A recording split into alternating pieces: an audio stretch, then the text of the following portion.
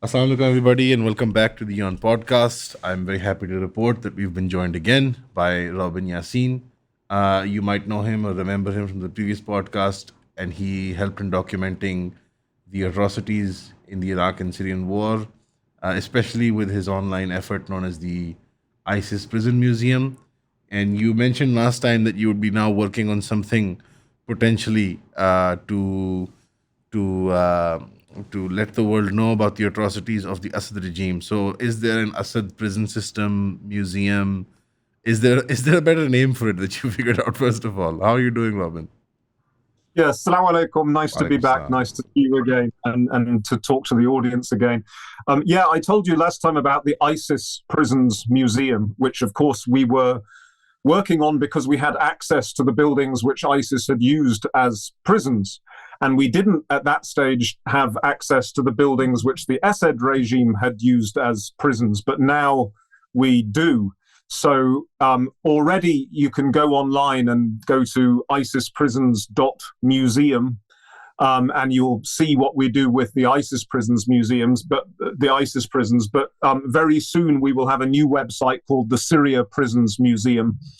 And when I was in Syria just recently, one of the things I did was visit Sednaya prison with some photographers and look at the work that they're doing there. They're interviewing survivors of those prisons in the prisons themselves. They're filming everything. They're going to do 3D tours online of these prisons, special investigations into the crimes committed in those prisons and into the mass graves as well, because we're discovering still every day more mass graves are being discovered in Syria, and well over 100,000 people are in those mass Inna graves, tortured slowly to death.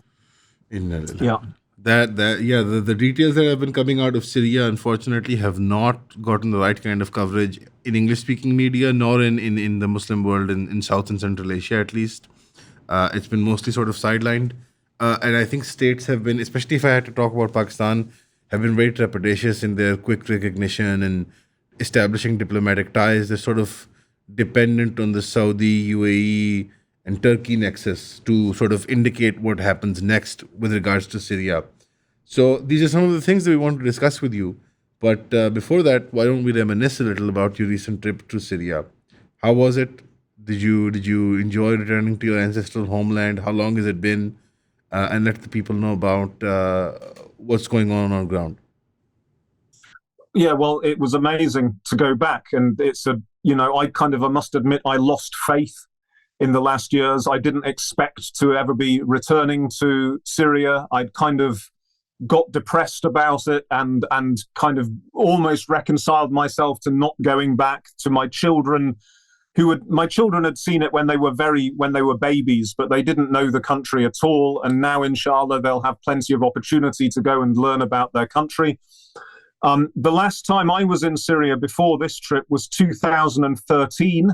I went in twice to Idlib in the north of Syria, but that wasn't like going home. That was going to a part of Syria that I hadn't known before. And it was going in under bombs and shelling and so on very quickly to do journalism and investigation of what was happening. The last time I was in Damascus was actually 2009. And I'm showing my age, but it's actually 25, 26, 27 years since I had a life in Syria, in Damascus. I lived there and I had lots of friends and lots of family were there. And before I went back this time, I was a bit worried. Both because of the security issues I was seeing on the news, and also because I just thought it's been 25 years since I had a life in this city. Most of the people I knew have either moved somewhere else, or they're dead, or they've disappeared. And I kind of thought I'm going to go back and be a stranger in this city. And mashallah, it wasn't like that at all. I felt completely at home the moment I arrived. I've still got a few family members there. My wife's family, some of them are there. And then lots of friends and people that I've been in contact with over the years, people I've been in contact with on social media, through journalism. And we were just meeting each other in the streets and in restaurants. And, oh, are you Robin Yassin? Salam alaikum. How are you? And so on. So it was great. Socially, it was great. It was I mean, I can go on and on. I don't know how much I should talk, but it's a strange experience going to a city like that. The center of the city is a time capsule. Everything's exactly the same, just a bit dirtier, and the city was very crowded. And then you go out into the suburbs, which are most of the city, and they were just destroyed. I mean, just rubble, mile after mile after mile of total destruction. I went, for example, to Mukhayyam Yarmouk, which is still quite central, but I went to Mukhayyam Yarmouk, which was the Yarmouk camp, which was the largest Palestinian community in Syria.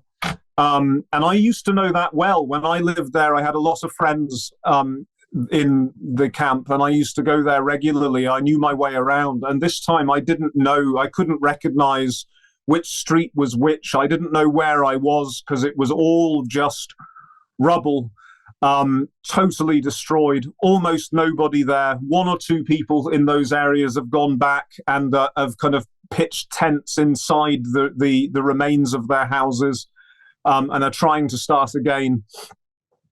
So yeah, it was amazing. Overall, people were optimistic. The economy is terrible. You have to carry huge wadges of notes with you. You know, if you want to buy a sandwich, you have to spend 10 minutes counting notes. The inflation has been crazy in the last years. Right. People are waiting for the sanctions to be lifted. There's all kinds of trouble, but overall, most people, the vast majority of people are very optimistic. Right. Did you feel a sense of, and you mentioned this before we were discussing the podcast, before we started the podcast, that there's a sense of, jubilation or relief or joy and victory, but there's a complaint about the economy. Do you feel a sense of like a venom or a vendetta that the people have? Do they feel angry to you? Do they feel slighted? Do they feel like they're owed something and they needed to be paid in full? Well, yes and no. I mean, overall, as I said, the atmosphere was very positive and people are very optimistic, and they do feel a tremendous relief that the years of war are over, and even more than that, that the decades of fear are over. I mean, the most remarkable thing for me, which I'd never seen before in Damascus, was that everybody was willing to talk politics. Everybody wanted to talk politics. They immediately started talking politics. Whether they are happy with the new government or they are against the new government, they were ready to talk about it. And of course, last time I was in Damascus, everybody was too scared to talk. Especially if they were critical. You never heard anybody being critical unless they knew you very, very well and they felt completely safe in your presence. People wouldn't talk politics except in cliches, which, they said the acceptable things and then changed the subject. So, yeah, I mean, there is a sectarian division, unfortunately, and here's the potentially, this is one of the dangerous things in Syria today, and this is not just my observation. Apparently, The Economist magazine has done the first ever proper opinion poll in Syria, and they discovered that 80% of the population are optimistic and feel freer and support the new government, and 20% are less optimistic and don't feel freer and don't support the new government. And I think that's a fairly clear sectarian distinction. The Sunni majority are happy. The Christians and the Druze and the Ismailis are waiting to see. I think they're overwhelmingly happy that the old regime has gone, but they're nervous, understandably, about what may or may not be coming. They're nervous that people with a jihadi background are now in power. So far, I saw no sign whatsoever of anybody being oppressed in a kind of, jihadi, the kind of thing that you might expect of an authoritarian jihadi regime. I saw none of that. Women wear what they like, whether it's the niqab or the hijab or nothing at all.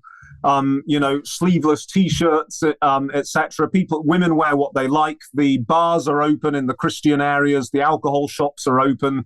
I heard church bells ringing. So there's no sign at all of any oppression of any group whatsoever. But some people of the members of the so-called minority groups, some of them are nervous about what may be coming. With I suppose that's understandable. And then members of the Alawi community, many of them are unhappy, and many of them are very scared. Now, some of that I think is not justified, and some of it is. Where it's not justified, I think that there's a lot of denial in some quarters of the Alawi community about the crimes that the old regime committed. And then where some of them have reason to be worried is that there has been, in March, there was a bout of fighting, and a lot, hundreds of members of the security forces were killed by remnants of the old regime. Many civilians were also killed by remnants of the old regime. And then there was a furious response to that. A lot of armed men, a lot of members of militias, and also just armed civilians from all over the country went to the coast to put down this insurgency. And some of those men committed sectarian atrocities. That did happen. In some cases, they went into the houses of Alawi people, some of whom had nothing to do with the insurgency and had nothing to do with the old regime, and they killed them. They shot people, including women and children in some cases, simply because they were Alawi. And weren't the remnants of the old regime sort of banking on that kind of response, because they don't expect to actually topple the new government? The idea is to create enough of a sectarian crisis that regional powers like Israel can start to intervene, and then, like they have been posturing that they want to support the Druze and they want to support the Alawis, they have this vision for the Middle East where there are oases, they are just complete deserts of destruction, and small oases of like little fortresses for the Druze and for the Alawis, like themselves. This is the final stage of Zionism to them, and everyone sort of all the opposition now is sort of banking on this. Is that the feeling? Are people trepidatious about this? Absolutely. I mean, you're completely right about the motivations of the remnants of the regime. I think they realize that it's impossible, and they must realize it's impossible for them to bring back the old regime because it's collapsed. It didn't just collapse in 11 days last December. It's been slowly collapsing over 14 years. It's lost the support of the overwhelming majority of the population, including most members of the minority communities. Its army was hollowed out and disappeared. It was held in place by foreign powers, who were then weakened elsewhere, the Russians in Ukraine, Hezbollah, and the Iranians by Israel. And it's collapsed. But what they did want to do was provoke a sectarian response, and to some extent they were unfortunately successful. And here is the great danger, and all Syrians should recognize this, that this is bigger than just their potential feelings of revenge against the Alawi community or their own hurt. This could destroy the future for everybody. We have to be really intelligent about this and understand that powers like Israel and Iran and the old Assadists are begging us to fall into the trap. They want as much sectarian violence as possible in Syria, which would then do two things. It would make members of minority communities feel so uncomfortable that they feel they don't necessarily have a future in a unified Syria. So they will be open to receiving weapons and funds from forces outside, including, or first and foremost, Israel. And secondly, they want Israel itself and foreign powers to have an excuse to intervene very directly. Israel unfortunately is intervening at the moment. It doesn't seem to need an excuse, but the more of an excuse it can get, the better for it. And then, of course, very dangerously, we've got real extremists in charge in the United States, including that, the current American Defense Secretary, Hegseth. Pete Hegseth, who Yeah. has, crusader tattoos. And he's very open about, he sees the Middle East as maybe his ancestors 1,000 years ago saw the Middle East. He's a crusader. He believes that all violence must be used to crush the Muslims of the Middle East. He sees things in these raw, basic terms, unfortunately. That is concerning the sectarian potential response and Israel and Irani meddling. Now, it would shock a lot of the audience members, considering that Iran was managing the so called axis of resistance. In that, why would they be willing to cooperate with the Israelis on this new project of destabilizing or balkanizing Syria to create enclaves for the so called minority groups like the Druze and the Alawis? Um, that's one problem. The other is an overall defense against the nation state of Israel, not just Israeli meddling, but the actual Israeli security apparatus. And it seems that Syria is, for now, very much dependent on Turkish air support and military protection. Do you think that that is a long-term strategy that the new Syrian government is going to carry on with, or are they going to develop some sort of defense infrastructure within Syria? And are they even capable of doing this, considering the economic situation in Syria? And do they have the human resources within the Syrian population or within the diaspora to create that sort of military infrastructure? In the short and medium term, I think Turkish help is absolutely essential. Thank God it comes with drawbacks, sure, but thank God for Turkey at this moment. Right. The Syrians are defenseless. I mean, there are some people saying, why does the new Syrian government not go to war against Israel? Which really shows a With what? complete lack of With what? understanding. With what exactly? The Syria at the moment does not have an army. Ahmed al-Shara, the leader, is doing a very good job of giving the impression of being in charge, of being in control of the country, and Yes. that's necessary. We need Syrians themselves to have confidence in the process, and we need foreign powers to have confidence that there is a government, there is Yes. an address to talk to. However, really at the moment, it's an anarchist society, Syria. I mean, there isn't a state and there isn't an army, there isn't even a police force. It's slowly being formed as quickly as they can, but they have no resources. This is a country which is in ruins. It's been completely exhausted by 14 years of war and by decades of sectarian dictatorship.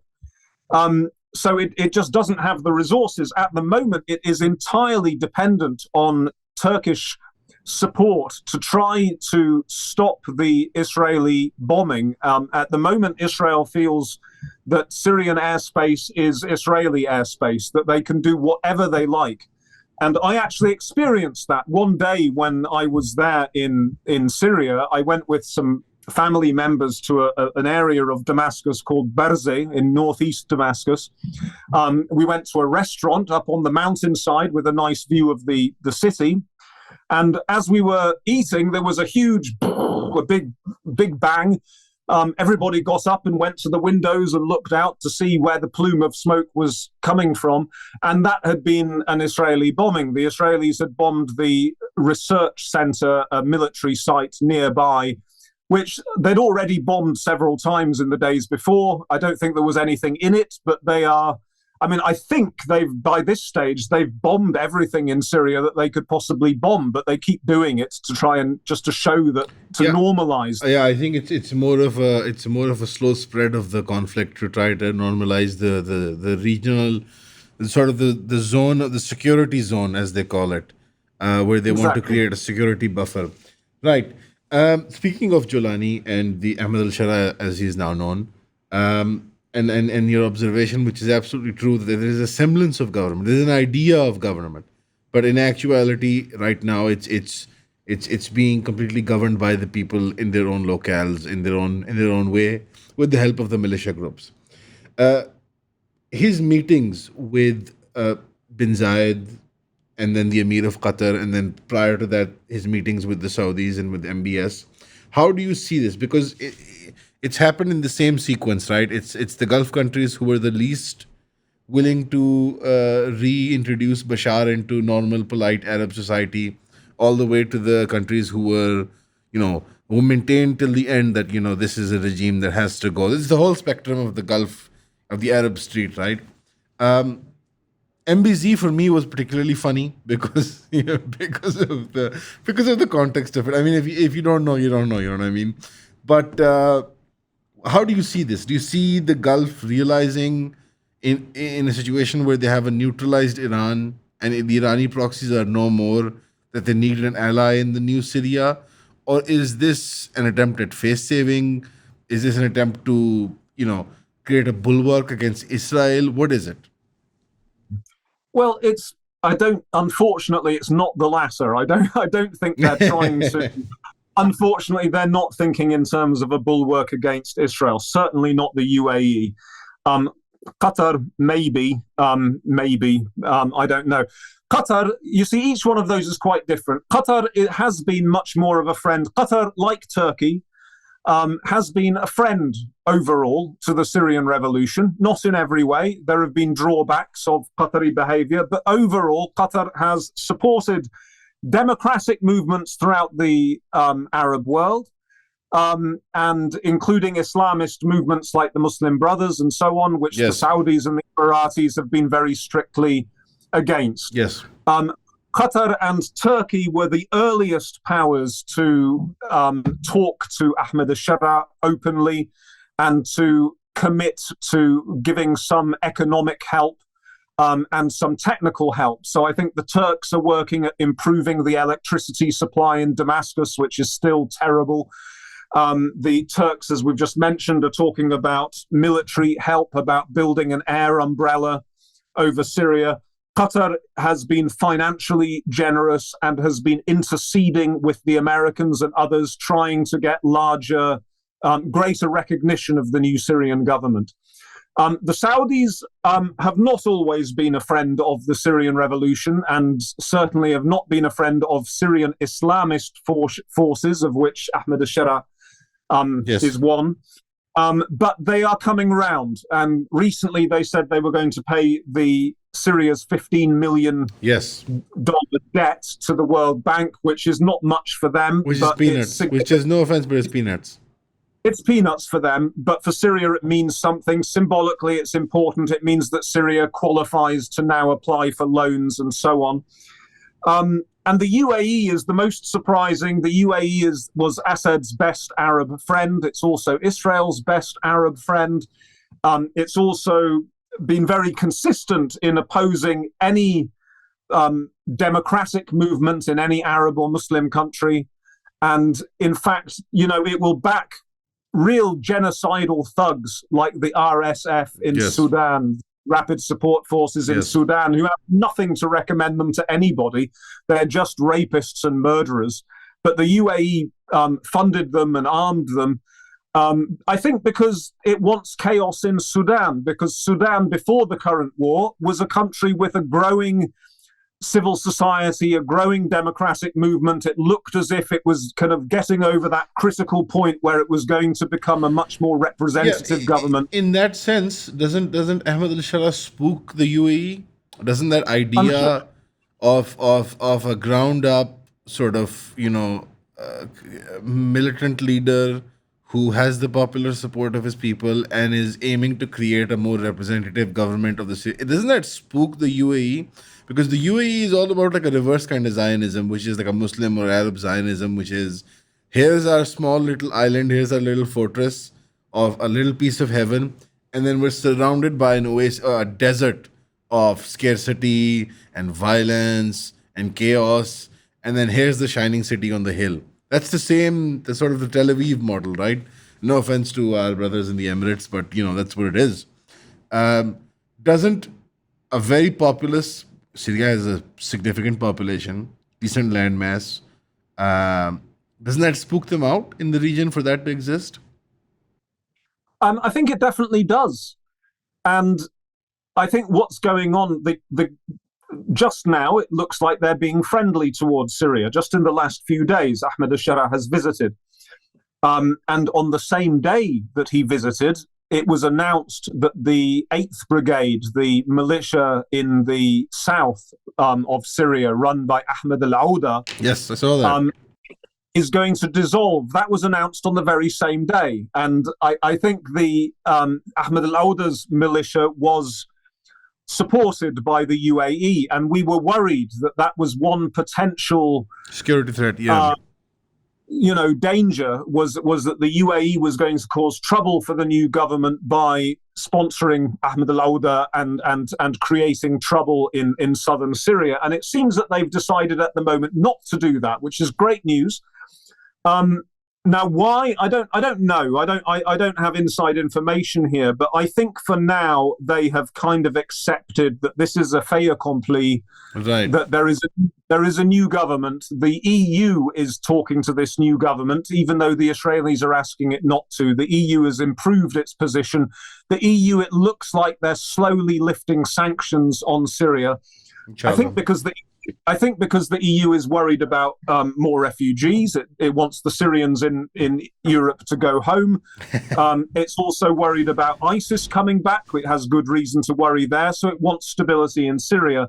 I think the Saudis have come round to that, and they've probably convinced the UAE, at least for now, that look, let's accept this as a fait accompli and wait and see what happens. And of course, they will be trying to, it's not that they're going to accept everything that Ahmed al-Shara or the new government or the Syrian society does in the future, or that they want Syria to build a real democracy. And they will be probably trying to convince Ahmed al-Shara that he should become another normal Arab dictator. Right. And I certainly hope that he doesn't do that. I don't think it's going to be easy for him to do that, because he has the legitimacy that he has at the moment is a revolutionary legitimacy. At the but that's what they will be trying to encourage. At the slightest hint of an authoritarian rule, I think Syria would break into chaos. I don't think I would agree. Yeah, I don't think the new regime can afford any of this this classic 60s, 70s, Ba'athist regime or monarchy style. None of this. They cannot afford it. I think the Syrian people have had enough. And lastly, the last stakeholder in the region, Iran and Hezbollah.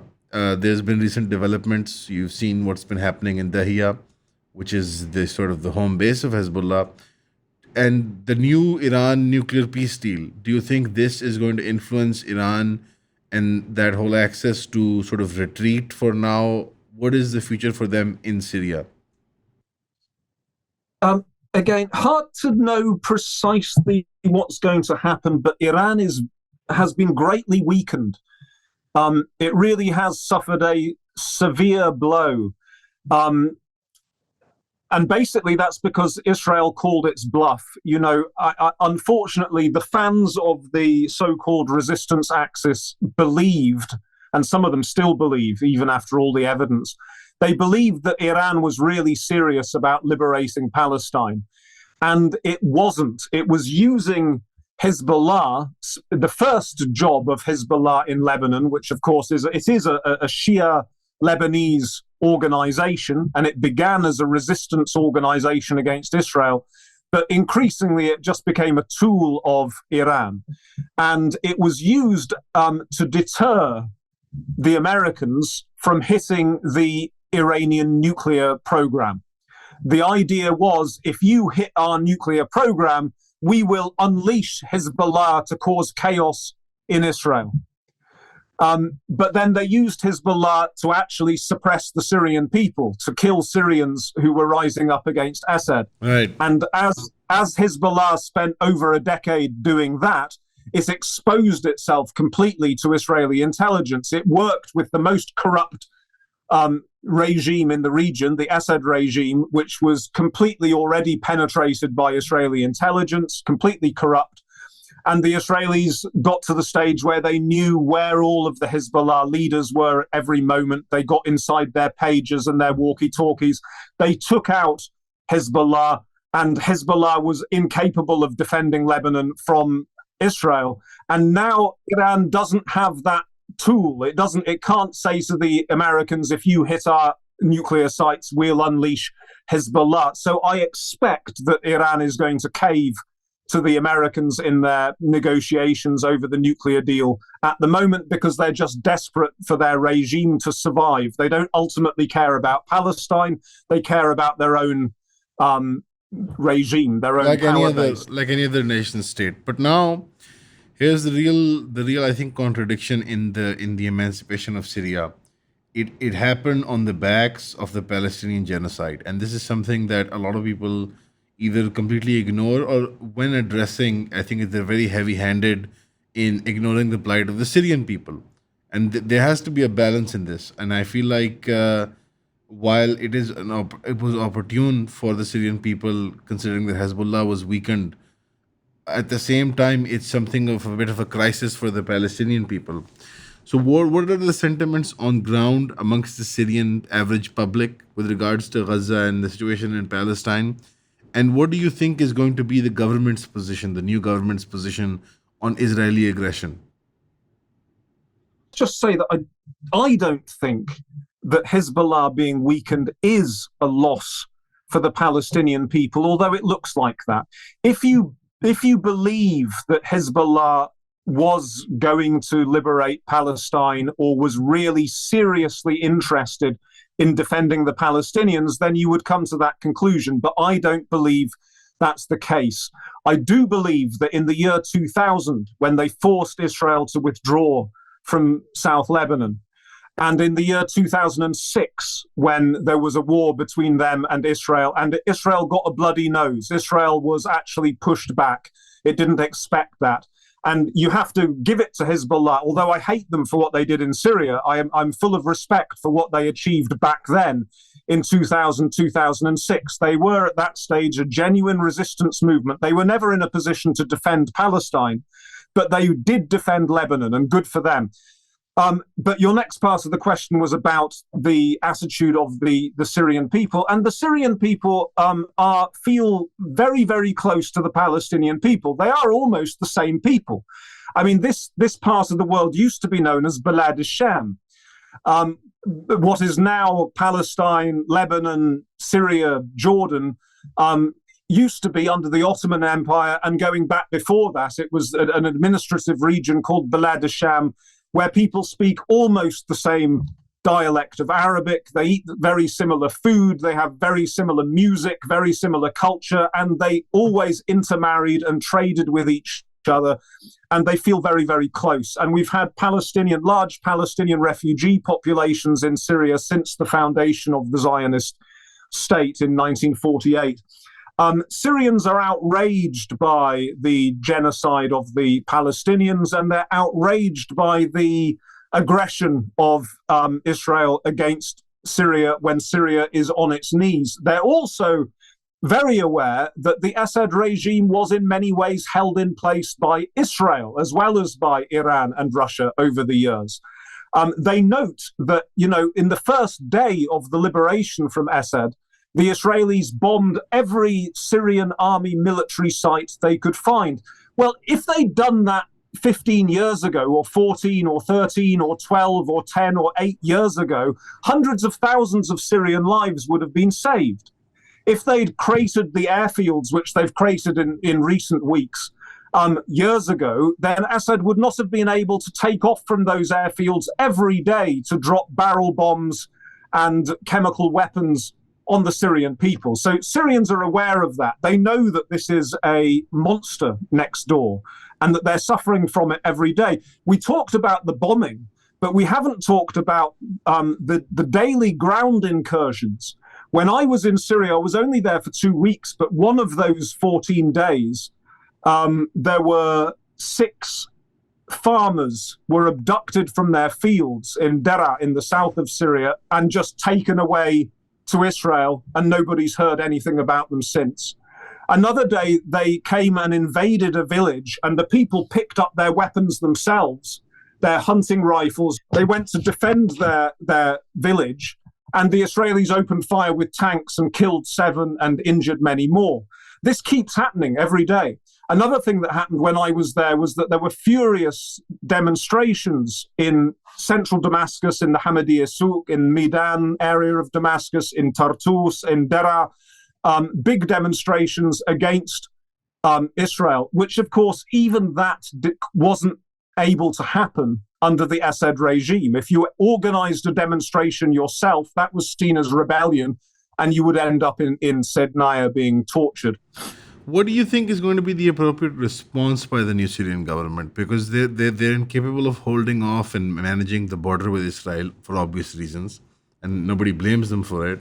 But there must be some sort of resolution in mind that they have, because I think Israel is banking on a confrontation and expanding and furthering this war, because the regime right now in Israel is dependent on this war. And I suspect that if this war were to stop in this region, they would face some heavy consequences domestically and internationally. What do you think the Syrian government has in mind? I mean, not that you would be privy to private information, but what would you be your educated guess be?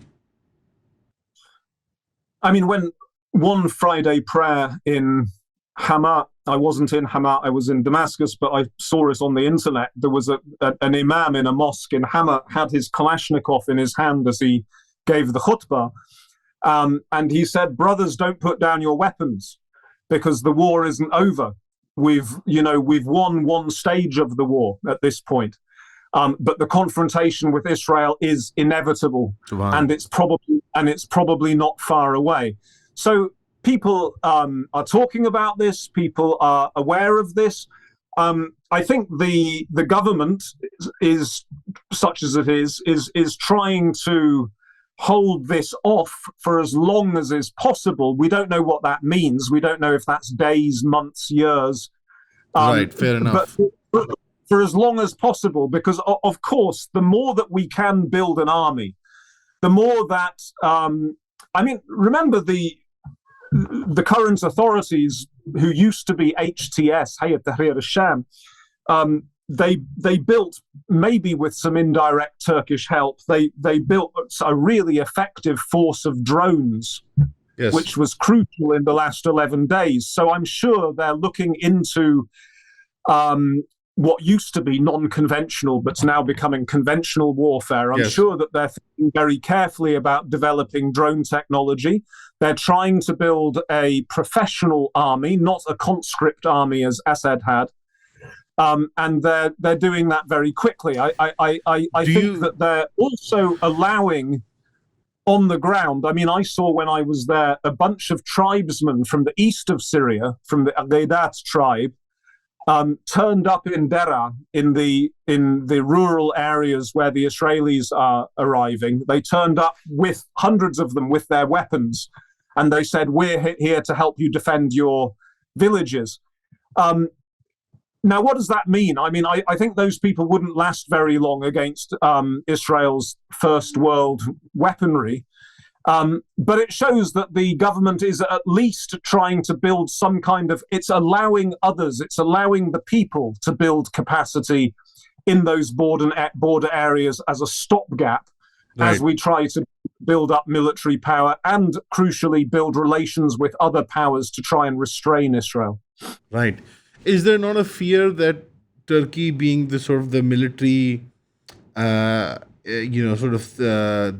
backbone right now for developing these new technologies for the Syrian army and for this formal Syrian professional army that you talked about, is there not a fear that Turkey, wanting to underwrite European security, would be more interested in the Ukraine conflict, and then sort of, which is a winnable, very demonstrable, and has and in the calculus it has a great payout, compared to a direct confrontation or indirect confrontation with Israel via the Syrian government?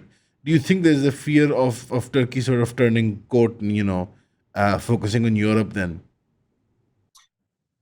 Yes, although actually there's also a potential benefit in that. I mean, in the current geopolitics is fascinating. I mean, you'll be paying a lot of attention to the way in which Trump appears to be allying with Russia now. Yes. There seems to be a developing Russian-American access, Yes. which is fascinating because that suddenly means that the idea of the West is Has been over. fractured. Yeah.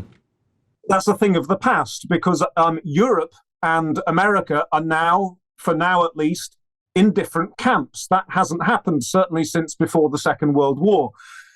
So we're in a very different world. It's actually, now this could be a good thing if the Europeans are capable of thinking clearly, because suddenly it's now in Europe's interests to withdraw from its alliance with Israel and to enter much more closely into an alliance with Turkey, because Turkey, of course, has the second biggest army in NATO after the United States. Yes. It is the only army in NATO which actually has hundreds of thousands of men willing to die on the battlefield. The Americans don't have that. You know, if they lost 3,000 men in Iraq, and it was a huge crisis for them, which they still haven't got over. And Turkey is a world leader in drone technology. Turkey has actually indirectly defeated Russia a couple of times. Once in northern Syria, when it did actually take out lots of Russian equipment, and the Russian equipment wasn't able to defend itself against Turkey's army. And again, also in Libya. And it's playing a bigger role than is recognized in Ukraine in defending the Ukrainians. So it would be very positive indeed for all of us if the Europeans recognize this now, that they've got to start treating Turkey with a lot more respect and aligning with Turkish interests in the Arab world and in the Sunni Muslim world more generally. So we'll see. But of course, in answer to your question, sure, there are worries that Syria at the moment is too dependent on Turkey. It has no choice. If Erdogan got pushed out by the opposition in Turkey, that could be very problematic because the opposition in Turkey is probably much happier to align with the Israelis than it is with the Syrians. Yes. It doesn't have this kind of Muslim approach to politics that Erdogan has, at least to some extent. So that's difficult. If Syria becomes too dependent on Turkish air power, and in a year or two Erdogan is somehow removed by the opposition, we could find ourselves in a very difficult situation where the Syrians are dependent on a power that's saying, well, you have to make a deal with Israel and you have to give Israel whatever they want because we're not going to defend you. Right. What is the sentiment on ground with regards to Turkey's presence in Syria? I think there is some level of suspicion, but most people are happy with Turkey because, as I've said, I mean, I think they recognize that Turkey at the moment is necessary for Syrian security.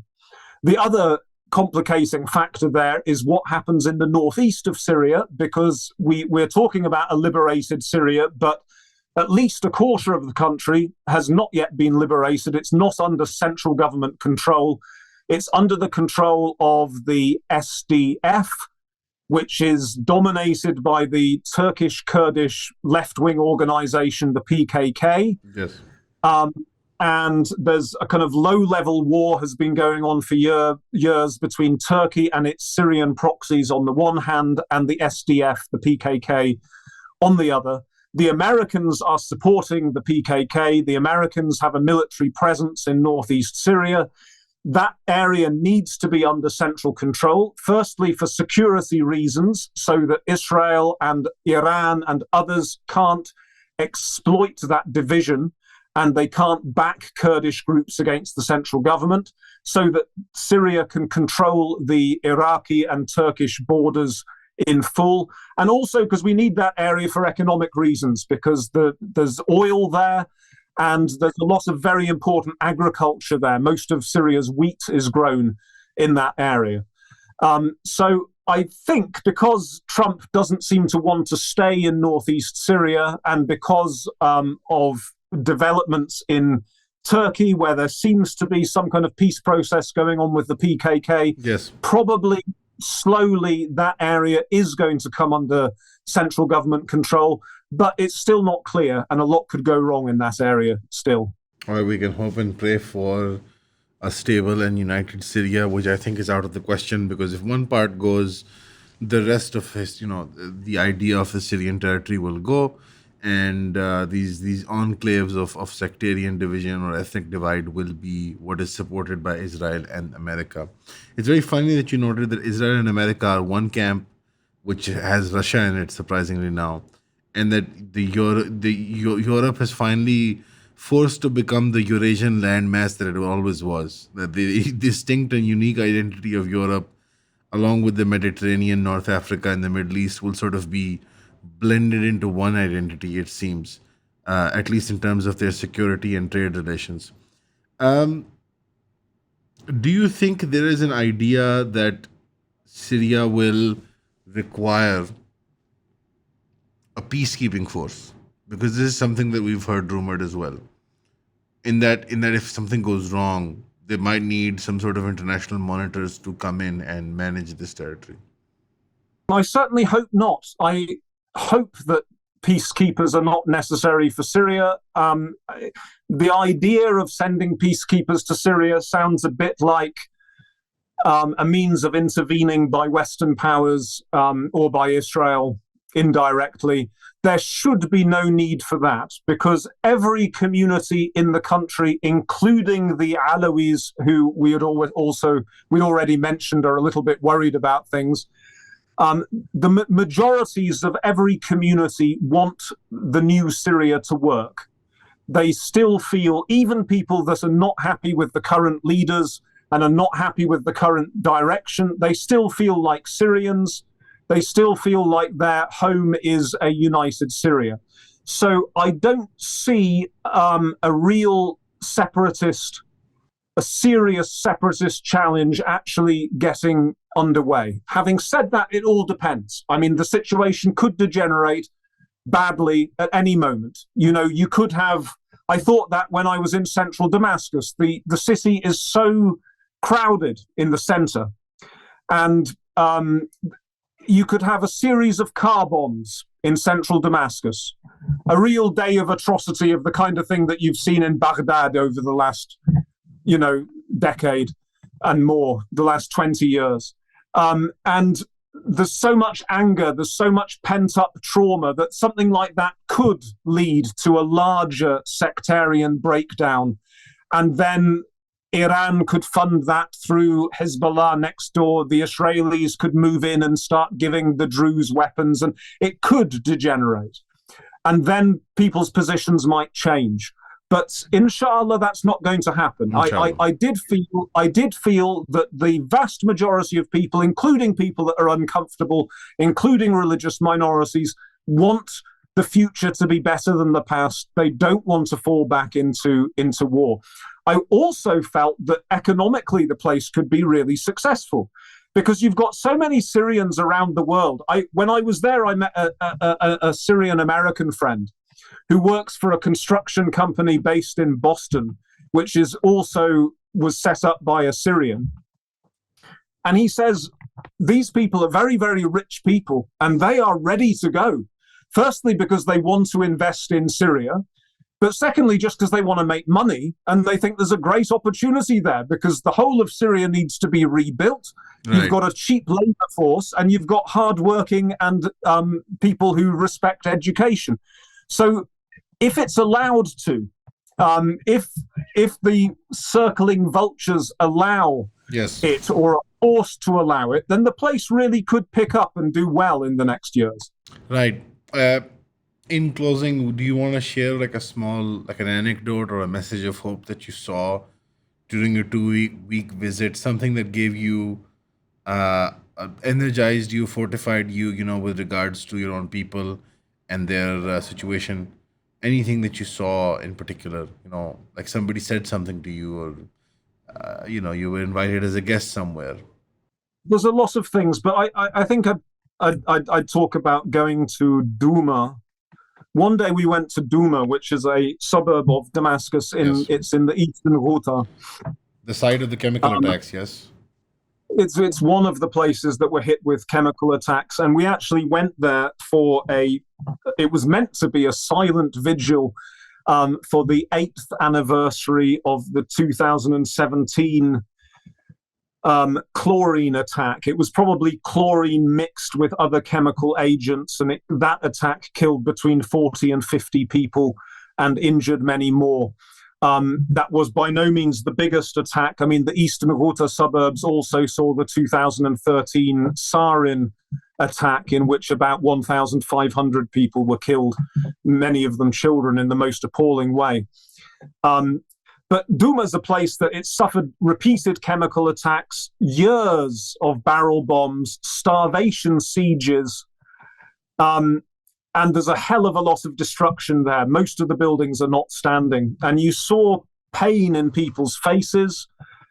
You see a lot of men without legs, disabled people, obviously war-wounded people. And there's not much happening there. The real rubble and awful.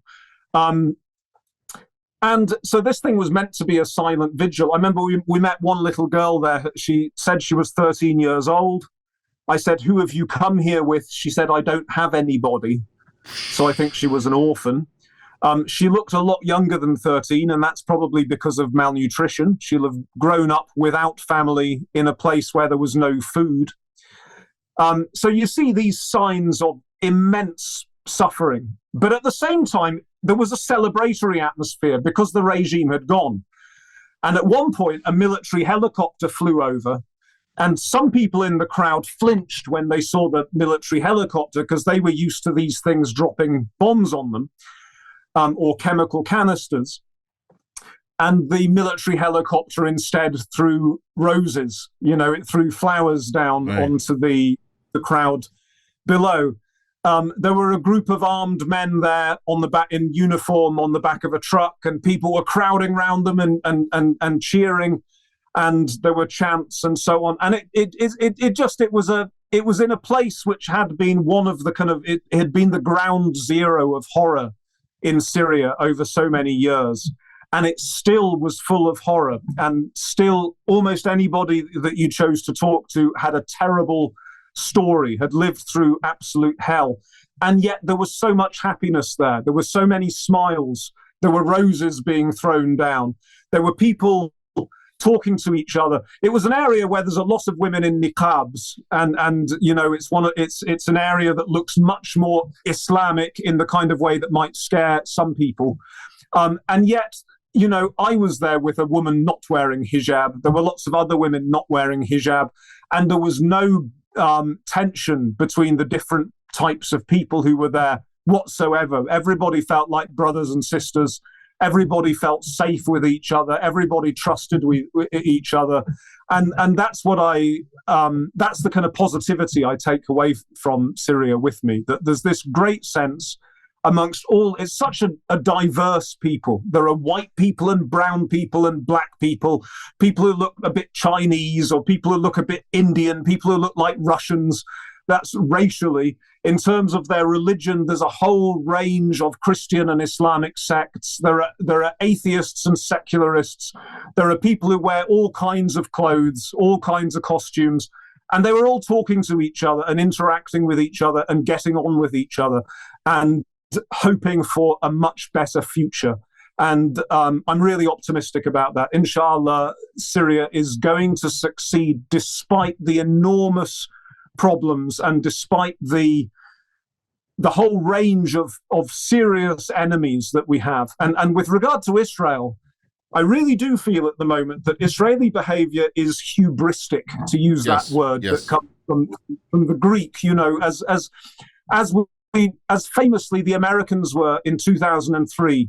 The Soviet Union had not long ago collapsed, and they felt, we're the masters of the universe. We can do whatever we like. We can run into Iraq without even understanding who the Iraqis are and how that society works.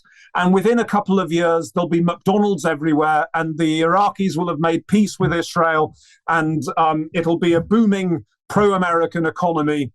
And then a few years later, it was actually, no, America is not that huge superpower. That, some ragtag militias in Iraq can humiliate it, and make it very unpopular in the world, and can make and can cripple its ability to act for the coming decades. Israel is behaving with enormous hubris at the moment. Iran turned out to be a paper tiger. We already knew that the surrounding Arab countries are sunk in war or dictatorship. We knew that. It has the superpowers on its side, but it has won the enmity, which may have died down a bit over the previous decades. But now the ordinary Arab in the street and the ordinary Muslim everywhere understands that there can be no coexistence with that power. Yes. This is not a normal state or society that we can come to some kind of terms with. This is a genocidal state and a fully fascist society, which was born in racism and Islamophobia and can only survive like that. And there's going to be death and destruction until it is defeated. And I think everybody in the region understands that. Most people in the Western world are even beginning to understand. Yes. I mean, we've seen dramatic changes even in the United States. So it's certainly true at the moment that in the West, fascists are in power. Racists and Islamophobes are in power. But as soon as this historical moment has passed, then you will probably have majorities in the West that no longer want anything to do with Israel. And the world is changing so fast. Trump is actually, I think, speeding up the decline of the American economy. There is an accelerationist element to even the support base with Donald Trump. And there's a return to like a more regional tribalism, which I think is accelerating the whole, like the dollar regime is being killed by the tariffs. The demand for dollars is going to be killed by the tariffs. So, I mean, we can hope and pray for that. You know, in a time of monsters, one must become a monster. We can hope and pray that the Muslim world doesn't become a monster. But at the same time, it's not on the menu. And we can hope and pray for Syria. Robin, you've been very good, been very great with us. Thank you for your time. We'll hope to have you again soon, inshallah. And whatever questions people might have, we'll address them in the third discussion. Inshallah, Ya Rab. Thank you very much for having me, and thank you to all the audience. Jazakallah khair, Robin Yassin. Assalamu alaikum wa rahmatullah.